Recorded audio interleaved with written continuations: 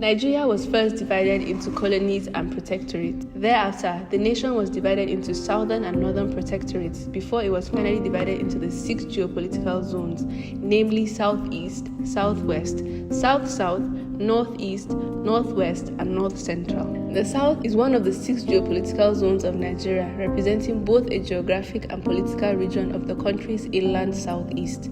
It comprises 5 states: Abia, Anambra, Ebonyi, Enugu, and Imo. The zone is bounded by the River Niger on the west, the Platte North Central to the north, and the Cross River on the east.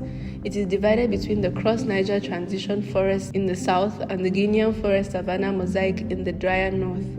Culturally, the vast majority of the zone falls within Igbo land, the indigenous cultural homeland of the Igbo people, a group which makes up the largest ethnic percentage of the southeastern population at over 90%. Although the southeast is the smallest geopolitical zone, it contributes greatly to the Nigerian economy due to oil and natural gas reserves, along with a growing industrialized economy. The region has a population of about 22 million people, around 10% of the total population of the country. Aba and Enugu are the most populous cities in the southeast, as well as the 10th and 14th most populous cities in Nigeria. Other large southeastern cities include, in order by population, Onitsha, Umuahia, Owerri, Nnewi, Awka, and Abakaliki. The zone has 85 local government areas with over 20 million people. The zone has about 10 commercial cities. When it comes to clothing, Igbo men wear a siagu, which is a shirt with large lion heads, crowns, or other symbols, or a long shirt, wide-legged pants or wrappers, as well as caps. For example, a leopard hat called okbuagu, or a fez, and corals.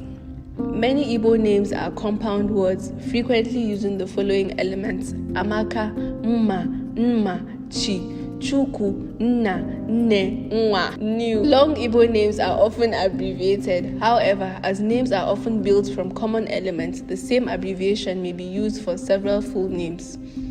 For example, Emeka could be short for Nnameka, Chiemeka, Chukwuemeka, Lisa Emeka.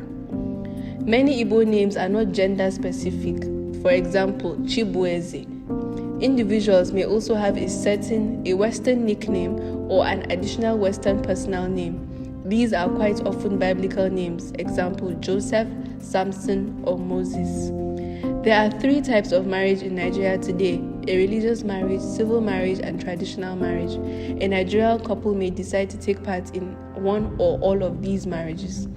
Religious marriages, usually Christian or Muslim, are conducted according to the norms of the respective religious teachings and take place in a church or a mosque.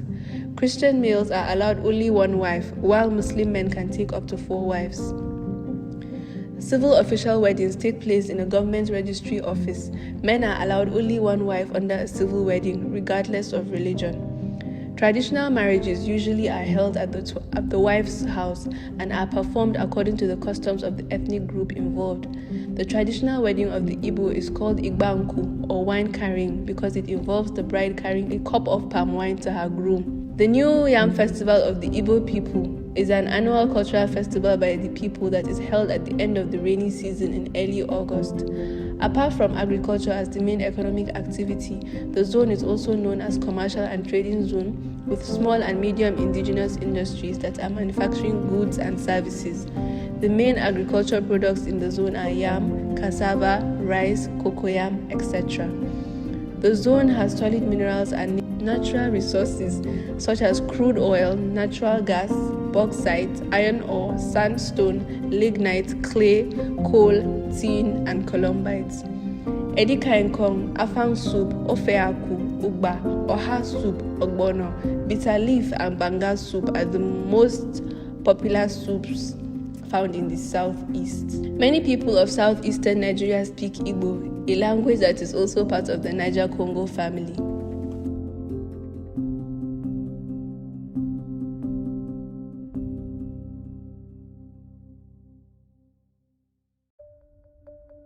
The Southwest is one of the 6 geopolitical zones of Nigeria, representing both a geographic and political region of the country's southwest. It comprises of 6 states, which are Ekiti, Lagos, Ogun, Ondo, Osun, and Oyo. Culturally, the vast majority of the zone falls within Yoruba land, the indigenous cultural homeland of the Yoruba people, a group which makes up the largest ethnic percentage of the southwestern population, although there are different dialects even within the same states: English, Ewe, Hausa, Igbo, Ite-Sekiri, Izo. Economically, the southwest urban areas, mainly the cities of Lagos and Ibadan, contribute greatly to the Nigerian economy. Lagos is the most populous city in the southwest, as well as the most populous city in Nigeria and the second most populous city in Africa. Other large southwestern cities include Ibadan, Ogbomoso, Ikorodu, Akure, Abeokuta, Oyo, Ife, Ondo, Ado-Ekiti, Iseyin, Shagamu, Badagry, Ilesha, Obafemi-Owode, and Owo. In terms of language, southwest Nigeria, being a predominantly Yoruba-populated region, is home to Yoruba speakers. Edo, Izon, and Eson can also be heard in this region, though to a much lesser degree, along with several others, less widely spoken Nigerian languages. Unfortunately, some of these languages are slowly disappearing as more and more people are losing touch with their native language. Festivals. Southwest Nigeria, being a mostly Yoruba-dominated region, has a lot of Yoruba-centered festivals that are celebrated across the region in different times across the year. Some of these festivals include Ojude Oba, which is an ancient festival celebrated by the Yoruba people of Ijebu-Ode, a town in Ogun State, southwestern Nigeria. This annual festival usually takes place the third day after Eid al-Kabir Ileya, to pay homage and show respect to the Royal Majesty, the Awujale of Ijebuland. It is one of the most spiritual and glamorous festivals celebrated in Ijebuland and generally in Ogun State as a whole. The Eyo Festival, otherwise known as the Adamu Orisha Play, is a Yoruba festival unique to Lagos, Nigeria. In modern times, it is presented by the people of Lagos as a tourist event, and due to its history, is traditionally performed on Lagos Island.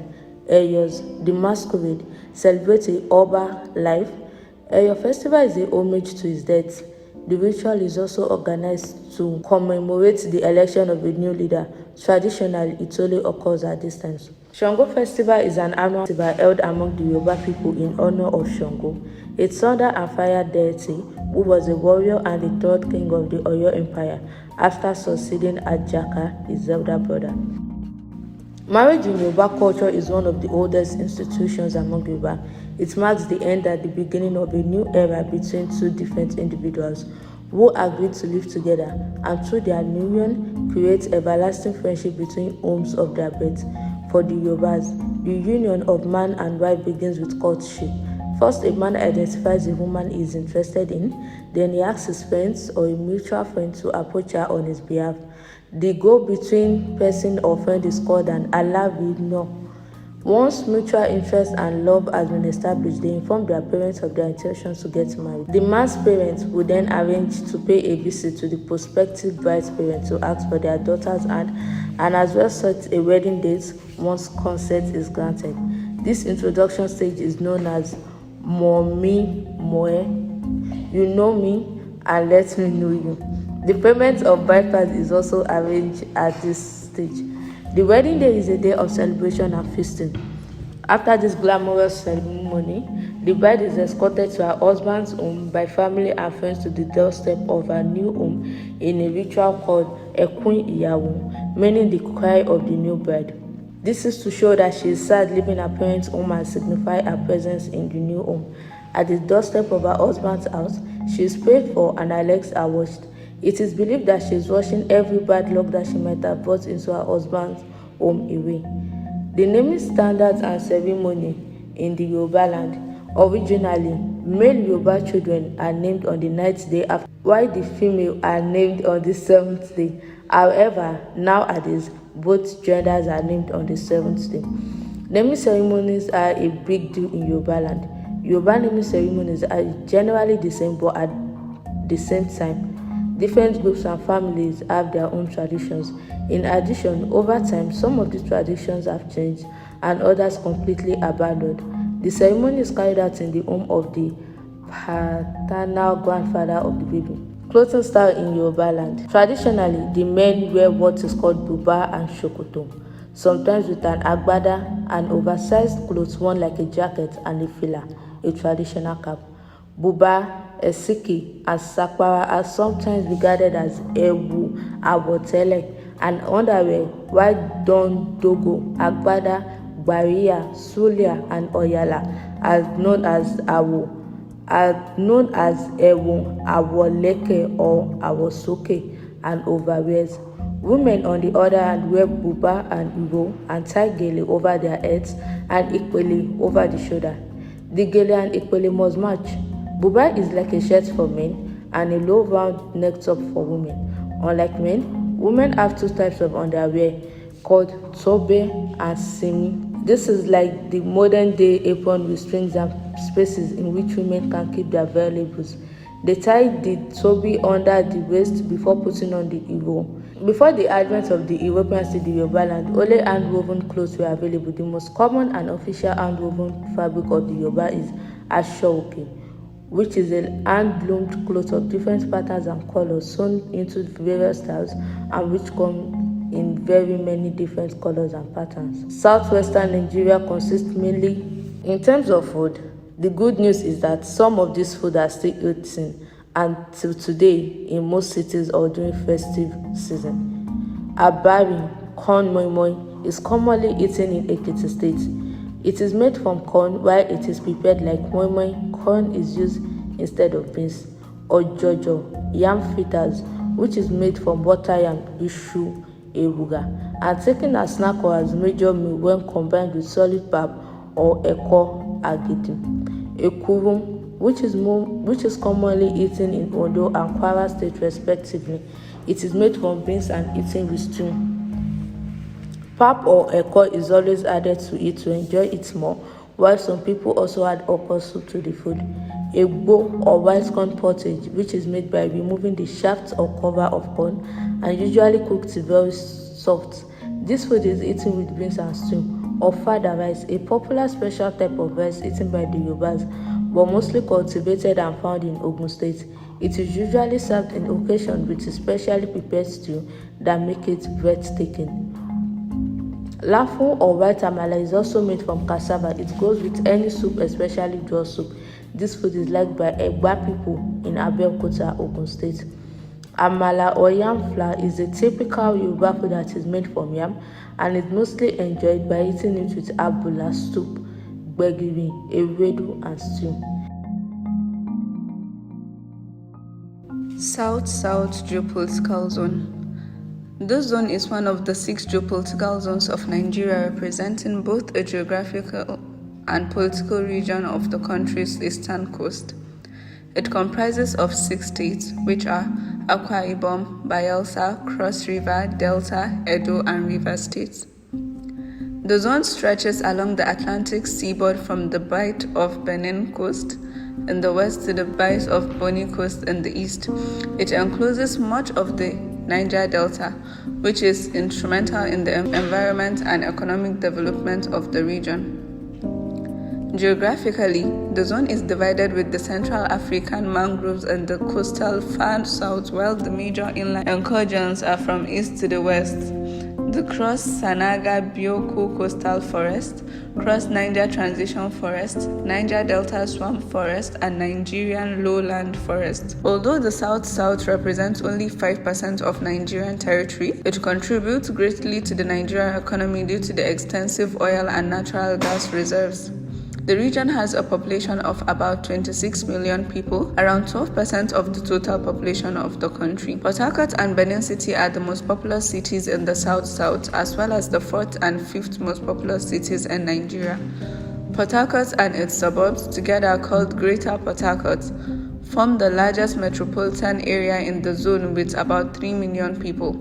Other large South-South cities include Warri, Calabar, Oyo, Ikot-Ekpene, Ugeb, Sapele, Buguma, Uromi, Ugeli, Ikom, and Asaba.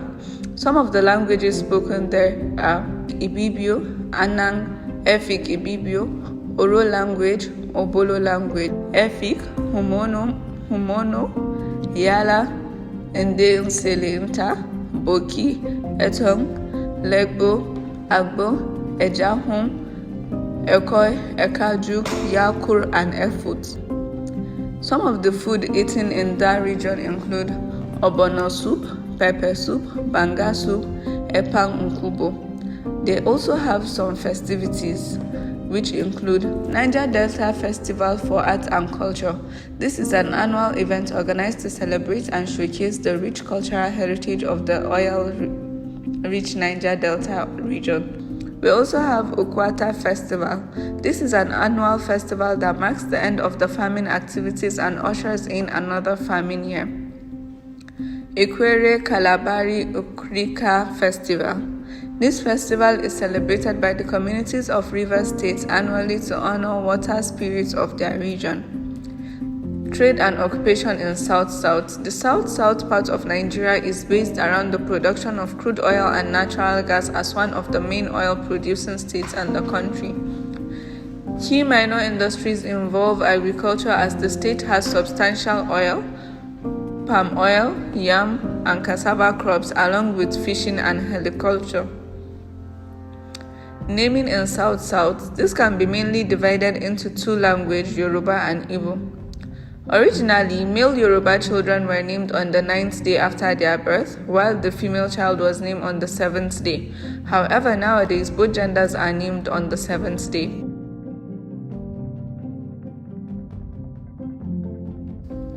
The Igbo naming convention, a child is given a name at birth referencing an event surrounding the birth, a deceased ancestor, or the time or place of the birth. This is the name they will primarily be known by. Marriage in South-South. It is not a matter for the man and the woman alone, it concerns the close kin of both. Marriage arrangements are negotiated between the families of the prospective bride and groom. First, the groom's father will introduce himself and his son and explain the purpose of his visit. The bride's father welcomes the guest, invites his daughter to come and ask her if she knows the groom. They bring wine and kola nut with them, which are presented to the bride's family. Kola nut has several social and spiritual values in the Yoruba and Igbo land when it comes to marriage. It symbolizes fertility. The kola nut brought on this day will be used to pray for the fruit of belly. After they have been served with a meal, the bride's price is being negotiated with the father. Northeast Geopolitical Zone. The Northeast is one of the 6 geopolitical zones of Nigeria, representing both a geographical and political region of the country's northwest. It comprises of 6 states: Adamawa, Bauchi, Borno, Gombe, Taraba, and Yobe. Geographically, the Northeast is the largest geopolitical zone in the nation, covering nearly 1/3 of Nigeria's total area. The region has a population of about 26 million people, around 12% of the country's population. Maiduguri and Bauchi are the most populous cities in the Northeast, as well as the 5th and 7th most populous cities in Nigeria. Other large northeastern cities include Bauchi, Yola, Mubi, Gombe, Jimeta, Potiskum, Jalingo, Gashua, and Bama. Marriage in Northeast. In the northeast part of Nigeria, it's normal for a child to get married at the age of 12 and some even 13 in this part of Nigeria. It doesn't matter your age, it just matters your size. For example, in Adamawa, they marry off a girl as soon as possible if she is adding weight because they think she will be a problem later on and nobody will marry her. 44% of girls are married before their 18th birthday, and that part of the country records the highest rate of child marriage globally. Clothing in Northeast. In the northeastern part of Nigeria, majority are Muslims, so they are used to covering up and not exposing their body. The men are used to wearing something called babariga, while majority of Kanuri women wear lafaya. Naming style in the Northeast. In this part of the country, naming ceremony takes place a week after the birth of that child and is celebrated by gathering people around the slaughtering of ram. If it's a girl, 1 ram, and if it's a boy, 2 rams. Due to the naming style, like in parts of Maiduguri, they believe if you have a name repeats, while in some parts they name you after the day you are born, like Laraba, meaning Wednesday, that's a female child. festivities in Northeast. They are mainly in the two Eids which are celebrated, one Eid al-Fitr and Eid al-Kabir, which are popularly known as Big Salah and Small Salah.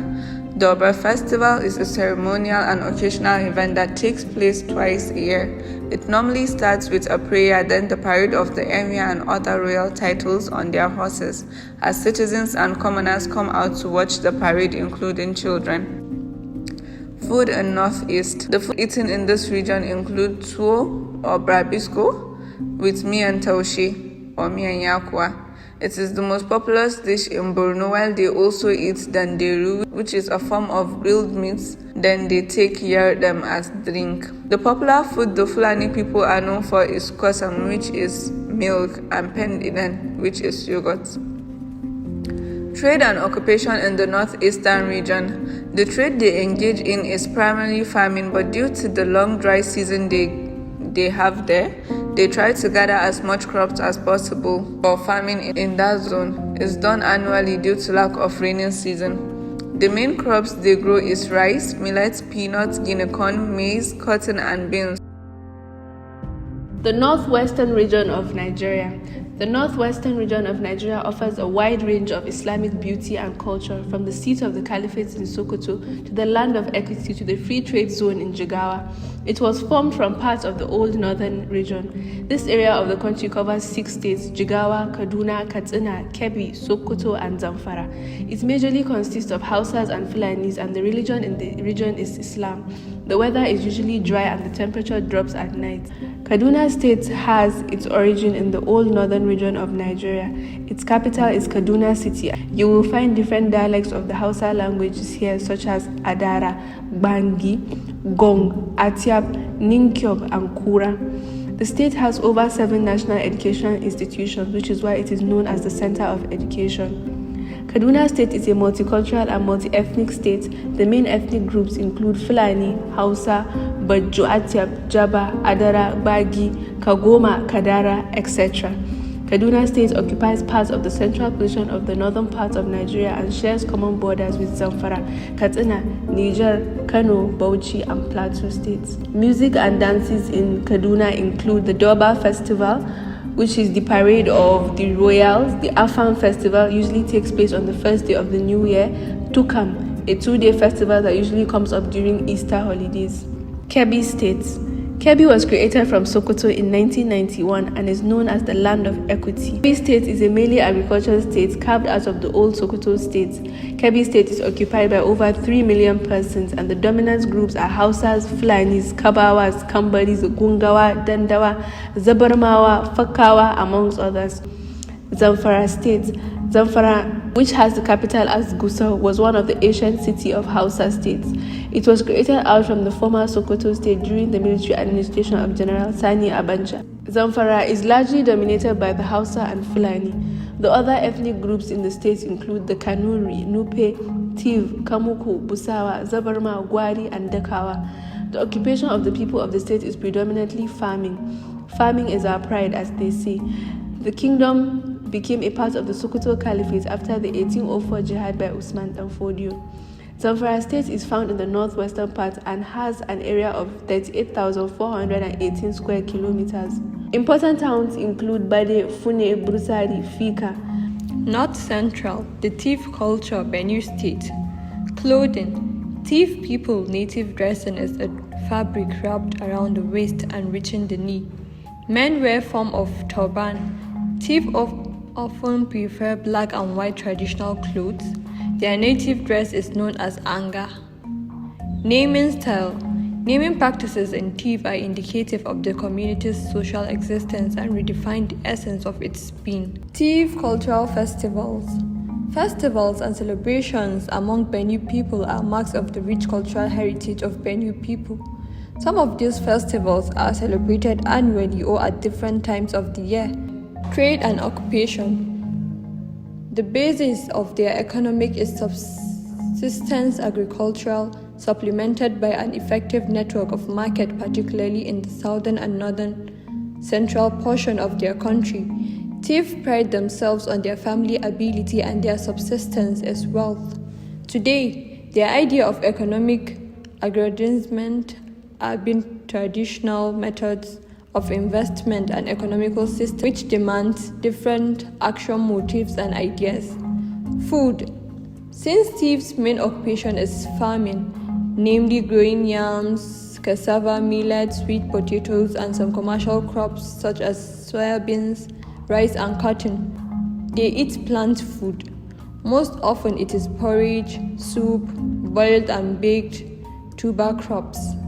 Languages spoken in the zone. In Benue State, there are three main languages represented by ethnic people: Tiv, Idoma, and Igede. Tiv being the largest of the three, while a fair amount of Idoma and Igede speakers speak Tiv as well. Most Tiv speakers speak no other ethnic language, although most speak English. Burial rites in Idoma.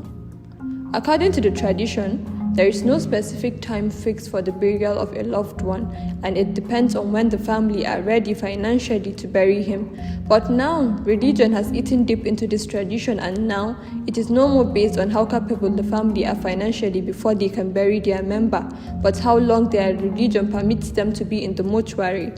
On the day of the burial, when the corpse arrives, before it is removed from the car it has been brought in, the eldest male will go there before any other person, and he will call on the name of the dead person. When the person does not answer as expected, it will be confirmed and noted by everyone that the person is really dead. After, they will expose the corpse for everyone to see. Then, based on the people's culture, a service will be held in the honor of the dead, after which he or she will be buried. The dead, if it is a man, will be buried in the house of his father, but if he has his own house, he will be buried there. Married women will be buried in their husband's house. Unmarried ones will be buried in the houses of their fathers. Over the last few decades, the Tiv culture of death and burial have experienced radical changes due to the confrontation of indigenous religion with Western education, modernization, and cultural borrowing from Tiv neighboring ethnic groups, and some of the local communities are among those that are visited during death and burial ceremonies. This cultural integration infiltrated Tiv culture, customs, and traditions, especially death and burial rites. It also influenced the process of religious changes as a point of departure from the pre-colonial practices. Today, death and burial ceremonies have become festivities and occasions for the death family to display wealth. The material mode of production, which is capital-oriented, and the desire for material gains have led the thief to become exploitative, especially to sons-in-law as regards death and burial rites.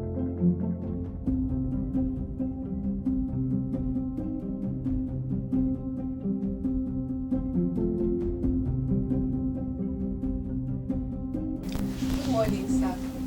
Good morning, how are you? Very well, thank you. Sir, tell us a bit about yourself. I am Associate Professor Ridwan Adeyemi. I'm a Lagosian. I schooled at the University of Maiduguri, as well as University of Lagos, the prestigious University of Lagos, my master's.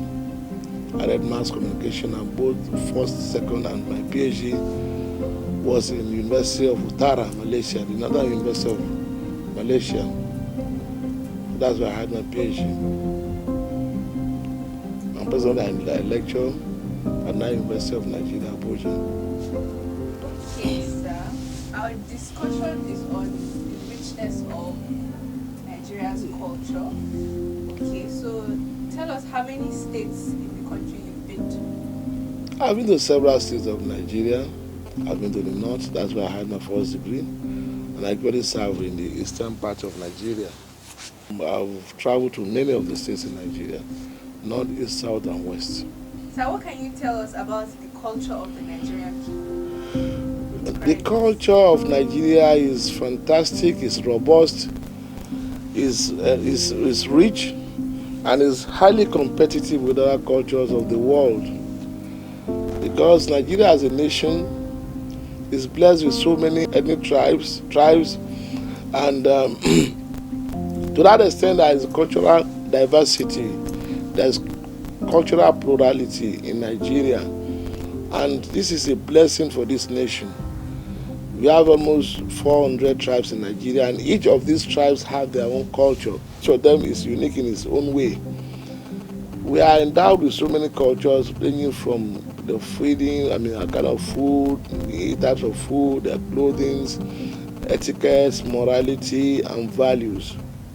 So that's the way I see it. Okay, sir. So when it comes to food, what exactly is in the food, or should I say the preparation of the food that we have here that makes it different from other places? Well, one thing that is unique about the food culture in Nigeria, the culture of food in Nigeria, is that most of the food in Nigeria are natural. They are devoid of processing. These are artificial and chemical processing.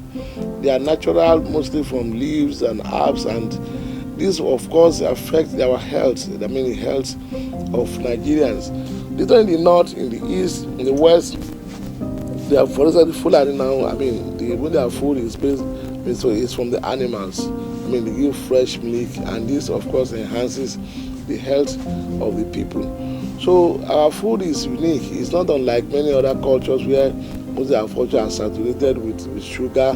They are processing, chemical processing. No, our culture, our food in Nigeria are very, intertwined with the culture, with nature, and this, of course, enhances the health of Nigerians.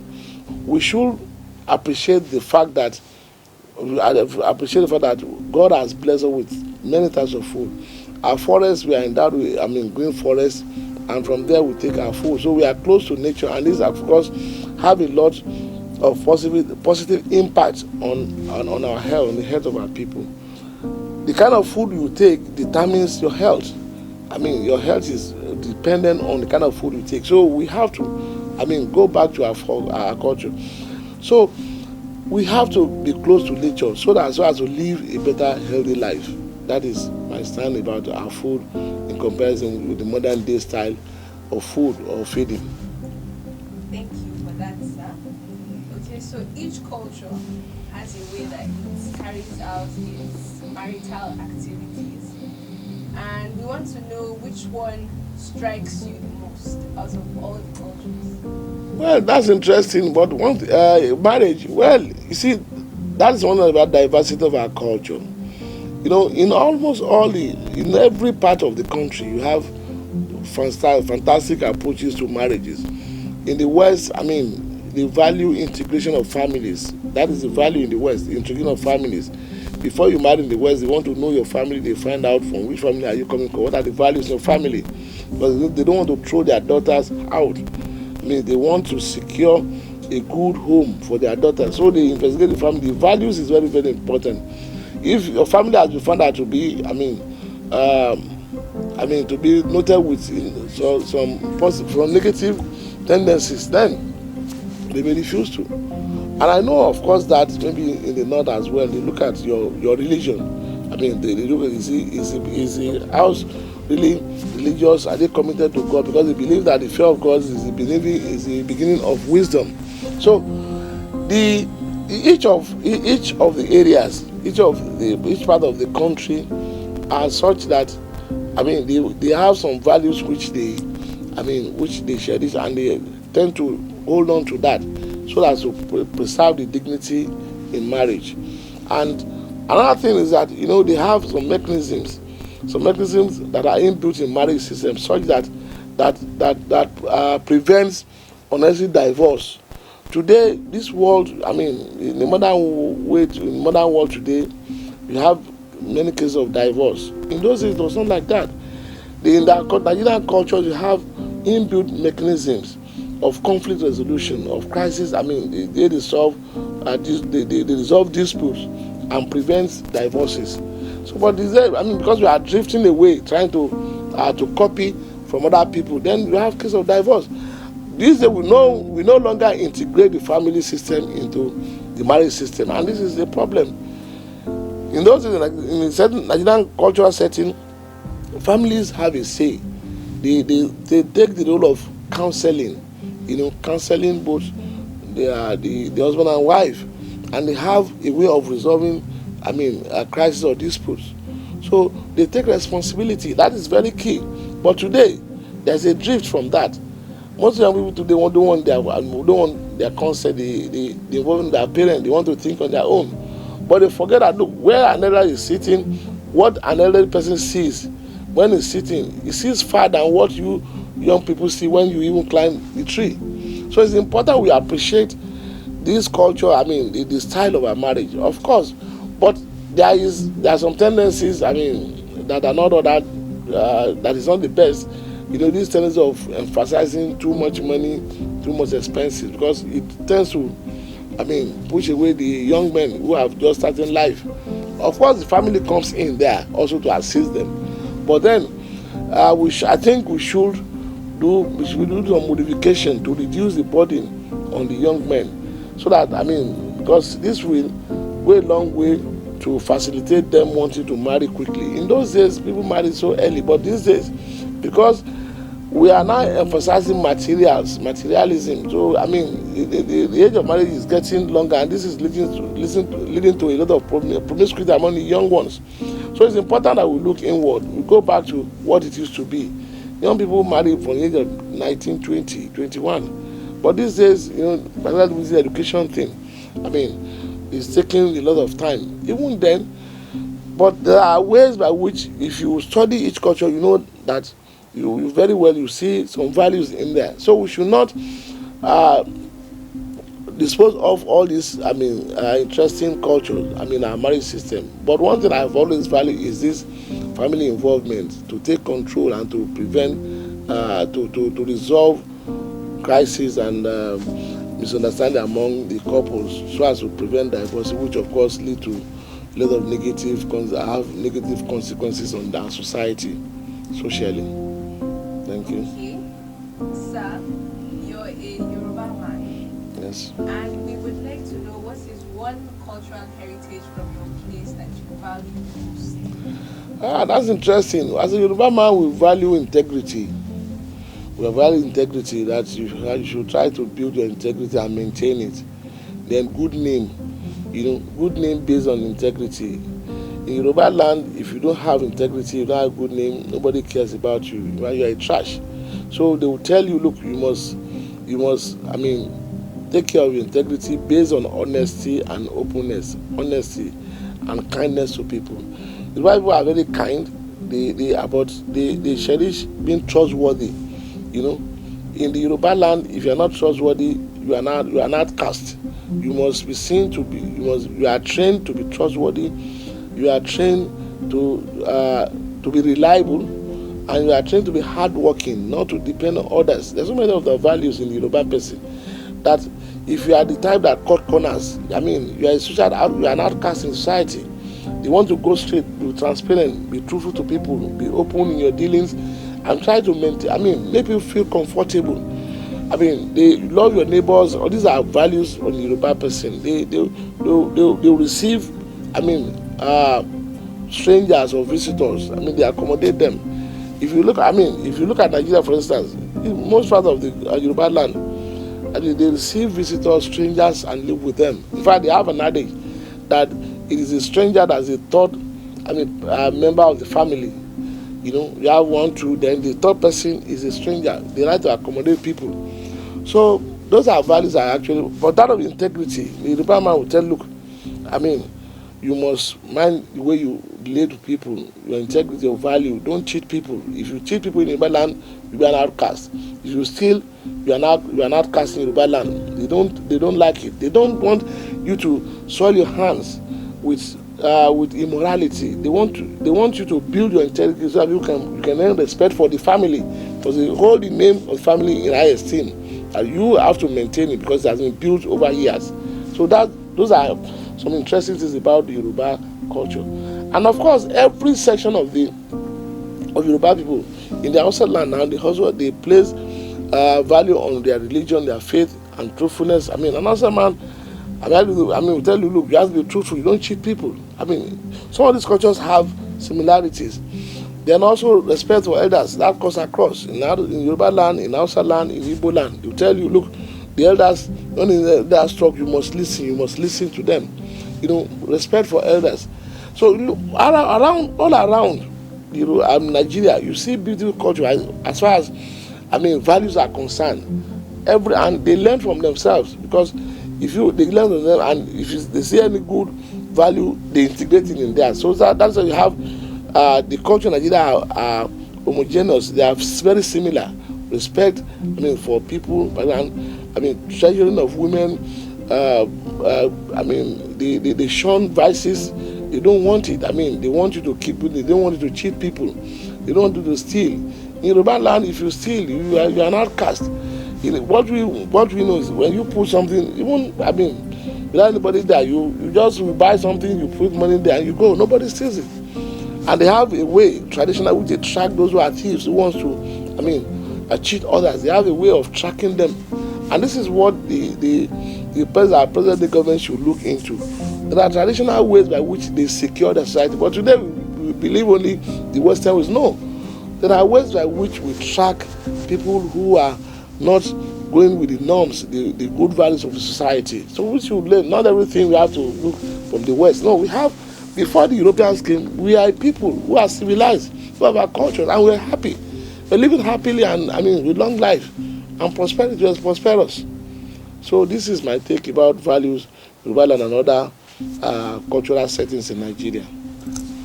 Thank you very much. You're most welcome. You've gone from one state to another. Yes. So we'd like to know, what's the biggest culture shock you've experienced? Wow. I've been to the eastern part, when we went to serve. This act of cannibalism, there's a place they call Obubura. They call it Ugeb, but so coppers, were used to run away from the place, because there are many cases of cannibalism that they kidnap and kill coppers, and they eat people. It's so shocking that people eat people. Of course, this is almost going about, it's spreading these days. But one thing I'm shocked is some culture, they eat people. I don't know why. So of course they link it to ritualities, but then I think it's shocking. It's inhuman for people to consume their fellow beings. So this I don't think any culture, maybe the underground part of their culture is what is being revealed, but I don't think it's an interesting thing at all. No act of cannibalism to eat people. I think people should be away from that. No culture should allow that people should be killed unnecessarily. Human sacrifice, all these, these are things that are shocking. Why should you sacrifice for what? So these are things, of course, as big as those cultures are, there's some, some little infringements or, negative tendencies there, which of course, time is eroding that off. So, but by and large, the Nigerian cultural space is fantastic, it's interesting, and I see it as a very robust cultural plurality, and which of course the young people should try to embrace. And when you look at the preservation of our culture goes a long way to solve our social and economic problems. When you preserve your culture, for instance, in the act of dressing, like I'm dressed in my, one of our attires, this is what we call buba, where, I don't want to, I don't appreciate English dresses. I appreciate my cultural dress, style of dressing, because by this I provide jobs for our tailors here. I provide jobs for them. But if I'm used to wearing shirts, I'm providing jobs for some people out there. So we should patronize our culture so as to empower some other people, our people here.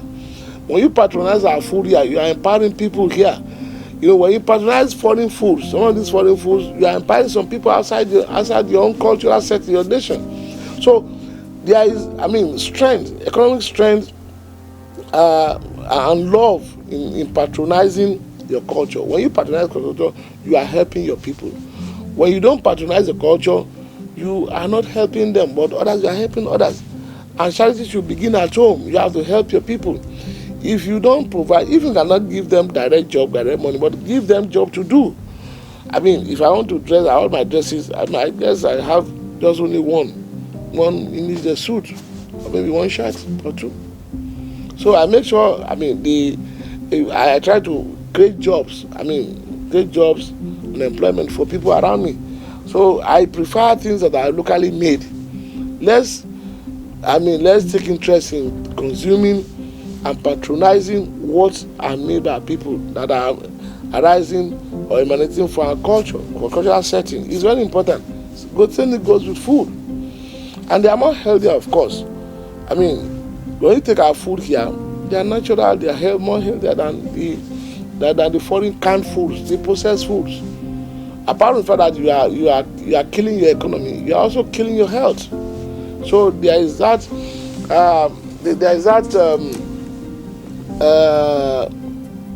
wisdom. There is wisdom, a lot of wisdom in when you patronize your culture, because you are helping your people and you make them happy, and they are also happy with you. So this brings cohesion, this brings love and continuity in your country. But when you don't, I mean, look at Adire, for instance. Adire is a special kind of cloth, I mean, which is booming now. Ashoke is there, and so in the north also. I know they have some of these weaved clothes. So they are creating employment, creating wealth for the local textile industry here, and also even some of the things we use, household equipments. So when you in blacksmithing, many other things, so in food making, so this is what we should do to, I mean, enrich our people, to make them happy, because they say an hungry man is an angry man. Not a woman, of course. If you don't patronize them, why would they like you? But if you patronize them, they will love you, because, I mean, you are also giving them life. So better you give opportunity to make money, you are giving the person life, because you make money and make his own life better as well. So those are part of the advantages in patronizing our culture, and want to endear every Nigerian to embrace our culture the more. Let's appreciate it. Let's be grateful to God and appreciate our ancestors for having gone so far to bequeath all this beautiful culture and artifacts to us. When you go to the artifacts as well, you have so many in the world of in the artistic world, carvings. I mean, a lot of beautiful paintings and what have you.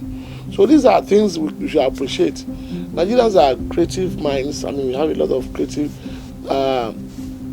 people in Nigeria, and they've been to people, even when it's going to if you go into even film production these days, we are the largest film producer in the country in the world today. After second largest after India is us.